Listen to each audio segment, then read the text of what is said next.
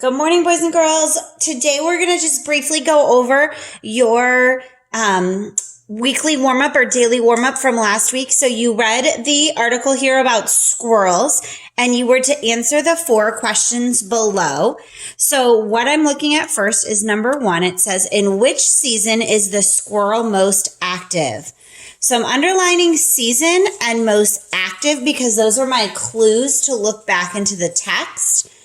And one of the things that I noticed is in the summer, they run around after the sun comes up. Then they go back to their nest and take a nap. Well, that's not super active.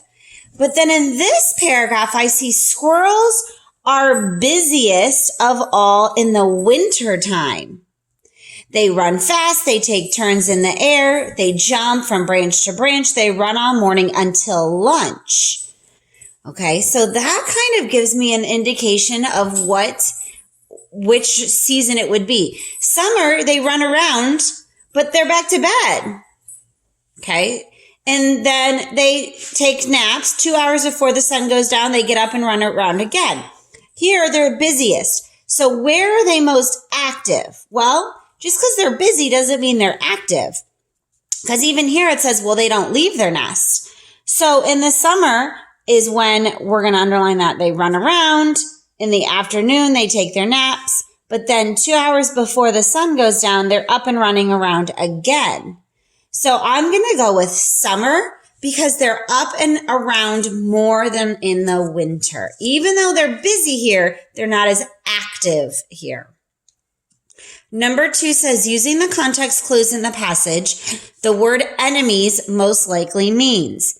So I need to look for this word enemies in my passage, which they've underlined, and then I'm going to look around it to figure out what it means. The squirrel's eyes are busy watching for enemies or danger. So right there, it's already giving me an indication that this is going to mean danger. So when I look at my choices, which one of those words would be a synonym for danger? It would be threats. Number 3 says the author's purpose for this passage. So we've talked about the author's purpose. Remember, that's PI, persuade, inform, or entertain. Is this trying to persuade me to go out and get a squirrel? I don't think so. Is it giving me information and facts about squirrels? Yeah, there was a lot in here. Or is it entertaining me with a really good story? Well, in my mind, I'm already saying inform. So I know it wasn't entertaining. There was not a character and setting. I think it's inform. Did it tell me what a squirrel feels like?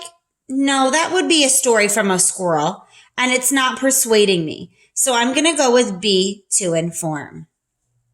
The last question says, according to this passage, what would be the danger of hand feeding a squirrel?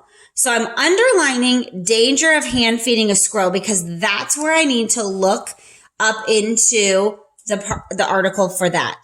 And I remember reading down here in the bottom, they're talking about playing in the park.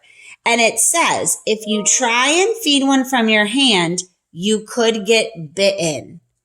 And so now let's read. 1, you could attract other squirrels. Well, that's probably true, but that wasn't in the article. You could contract a disease. Probably true also, but not in the passage. You will have to take him home. No, oops, I needed to put X's there. Sorry. No, it doesn't say that. You might get bitten. That was right there in the passage. So my answer is D. So check yours today. See how you did. And remember that this week you are working on sparrows on the back, doing the same thing. Read about sparrows, answer the questions, and look back in the text for your evidence.